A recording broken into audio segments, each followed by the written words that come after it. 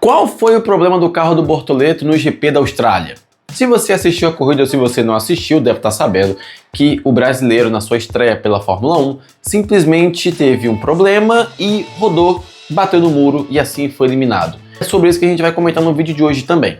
Além disso, a gente vai falar do restante da corrida. Vitória da McLaren, susto do Verstappen, a disaster class de estratégia da Ferrari, Hülkenberg pontuando, a Williams pontuando em velocidade pura e, claro, o principal de tudo, Hülkenberg tá fazendo mais pontos que a Ferrari.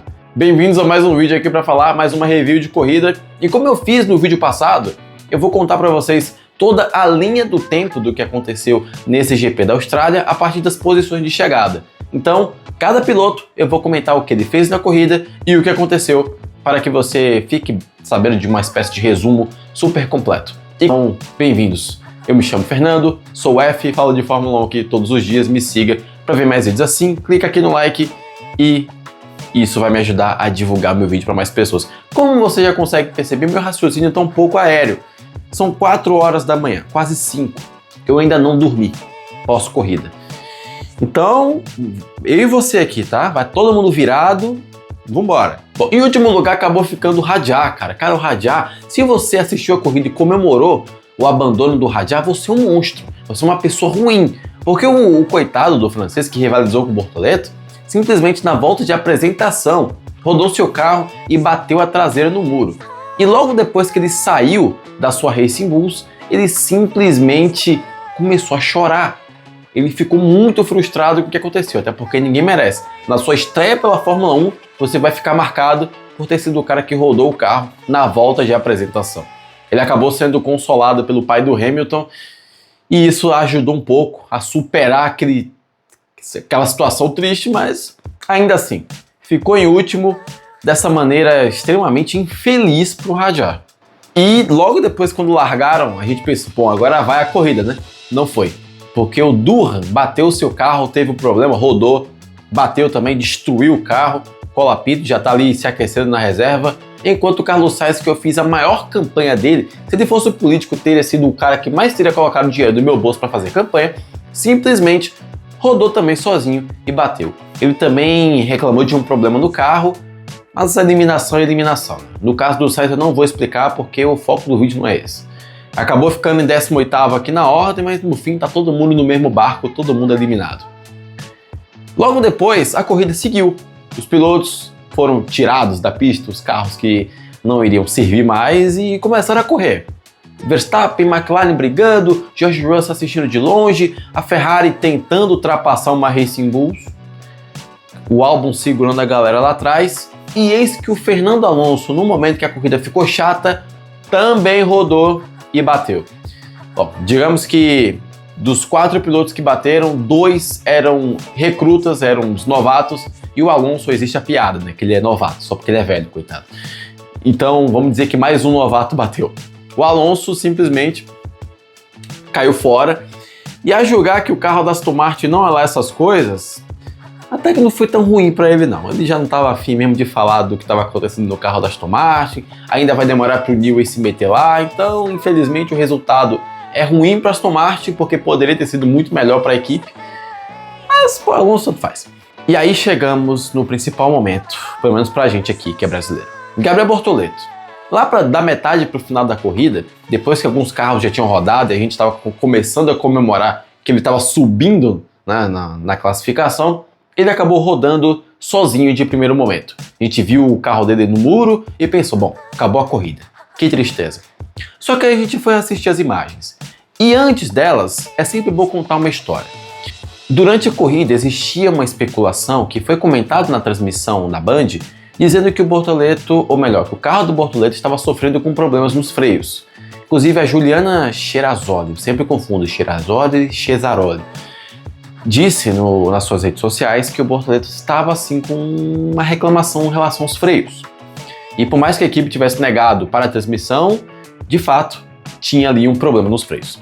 E na rodada do Bortoleto, que a gente achou que foi sozinho, o carro simplesmente antes de acertar o muro, teve um problema na suspensão, a suspensão quebrou. Claro, logo depois na entrevista o Bortoleto foi perguntado se o problema foi no freio E ele disse que a equipe não sabe ainda, eles não sabem ainda ao certo, vão decidir lá dentro. E aqui eu já quero começar dizendo que ele acertou em cheio ao fazer isso. Por quê? A função do repórter é perguntar. E isso a gente tem que respeitar. Ele tá lá para fazer a reportagem dele e fazer as perguntas que ele julga relevante para aquele momento. E os pilotos escolhem se vão responder com sinceridade ou não. No caso do Bortoleto, se ele não sabia o que estava acontecendo, ele não tinha que falar nada. Mas se ele sabia, ele não pode falar. Ele acabou de chegar na Fórmula 1. Imagina se ele chega lá e fala, ó, me fizeram correr com um problema no freio. Imagina que situação horrível seria. E eu também defendo a tese do você tem que resolver os seus problemas de casa em casa. Portas fechadas, não lá fora. Roupa suja se lava em casa. Bortoleto fez certo. E enquanto eu editava esse vídeo, a Sauber confirmou à jornalista Juliane Cherazoli que o Bortoleto teve problemas com freios durante toda a prova, mas que lidou super bem.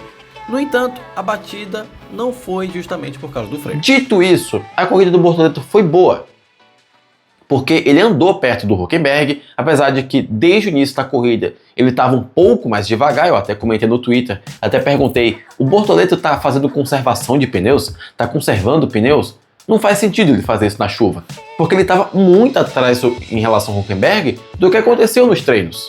Mas para uma estreia a corrida foi boa, o único problema mesmo foi esse. Se não fosse esse, o Bortoleto ia ficar ali à frente de Lawson, Berman e Ocon. O Bortoleto terminaria a corrida mais ou menos em 13º.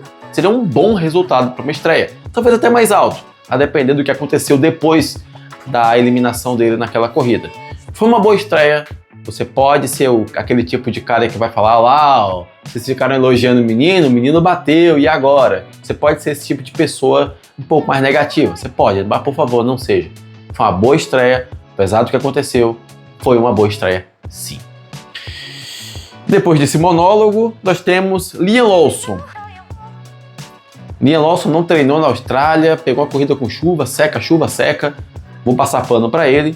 Esteban Ocon e Berman, outras vítimas da estratégia de suas equipes, junto com o Lawson. Isso porque simplesmente as equipes resolveram parar seus pilotos durante o safety car. A Haas aqui, inclusive, que eu suspeito que seja o pior carro, simplesmente foi inexistente. Tomou volta da McLaren, aparecia safety car, ficava arriscado tomar outra volta.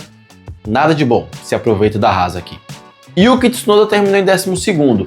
E esse é o grande mistério da corrida, porque ele estava brigando pelo pódio. O Yuki Tsunoda estava brigando por 3º, 4º, 5º lugar.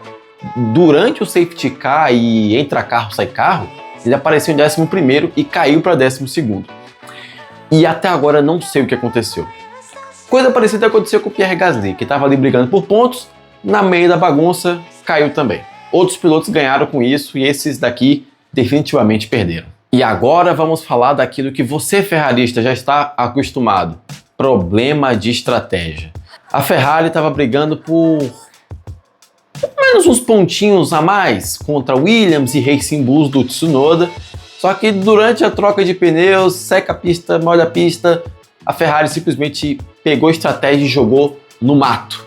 Porque Hamilton e Leclerc, do absoluto nada, apareceram em 9º e 10º. O Hamilton continuou em 10º. Já Leclerc começou a tacar pau na máquina e terminou em 8º. Mais uma vez a Ferrari acabou decepcionando na estratégia. Não foi legal, gente, não foi legal. A Ferrari não estava com um ritmo muito bom, estava sofrendo para ultrapassar a gente, para ultrapassar a Alpine, para ultrapassar a Racing Bulls, para ultrapassar o próprio Albon, que ficou numa posição muito boa. A coisa não foi boa para a Ferrari, uma corrida de aprendizado, mas tem que esquecer logo e melhorar esse carro, porque o hype é grande. Seguindo, Oscar Piastri ficou em 9º. Ele estava brigando pela corrida, ele estava brigando pelo pódio. Só que quando começou a chover, depois de um tempo que a pista secou, os pilotos começaram a escorregar porque já estavam com o slick. Piastri foi um deles. Ele e o Norris foram para a pista, o Norris voltou e conseguiu ficar, o Piastri foi para a grama, perdeu todas as posições, mas ainda conseguiu se recuperar, terminando em 9º e pontuando alguma coisa. A grande surpresa, talvez da corrida, foi o Hülkenberg. Surpresa positiva.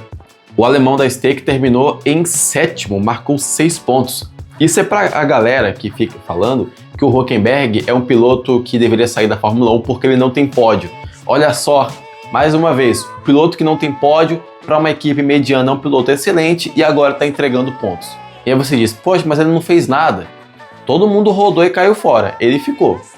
Ele pontuou. Você não pode tirar crédito do Hülkenberg aqui. Ele ficou na pista, literalmente, e no outro sentido também, e pontuou. Ele fez o que ele tem que fazer. Foi contratado para marcar pontos pela equipe, ele já está fazendo o que fez. Inclusive, o Hülkenberg sozinho tem mais pontos que a Ferrari, viu? Não é opinião, é fato. Brincadeiras à parte, o Lance Stroll terminou em sexto. O Lance Stroll. Eu tenho uma teoria para mim que assim, depois dessa sexta posição do Lance Stroll na Austrália, se a Fórmula 1 fosse uma corrida de barcos, o Stroll seria o Schumacher. Os melhores resultados da vida dele são na chuva. É incrível. Tirando Interlagos, 2024, que ali foi um desastre. E logo depois, em cima, Kimi Antonelli. Kimi Antonelli. Numa corrida chuvosa, numa corrida complicada, numa corrida confusa, estratégia rolando solta, Kimi Antonelli ficava na pista e ultrapassava todo mundo. Lembrando, ele foi eliminado lá no Q1, tá? Largou nas 5 últimas posições. Ele veio escalando, terminou em quinto. Pontos. Uma ótima estreia para o italiano da Mercedes, que pode até mesmo deixar alguns críticos mais calados e pensarem melhor antes de saírem falando que um piloto vai flopar, né, antes de vê-lo na pista.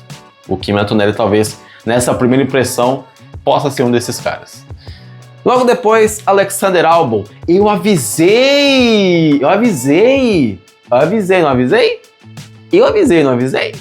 Hã? Fala pra mim aqui, ó. Eu não avisei da Williams? Hã?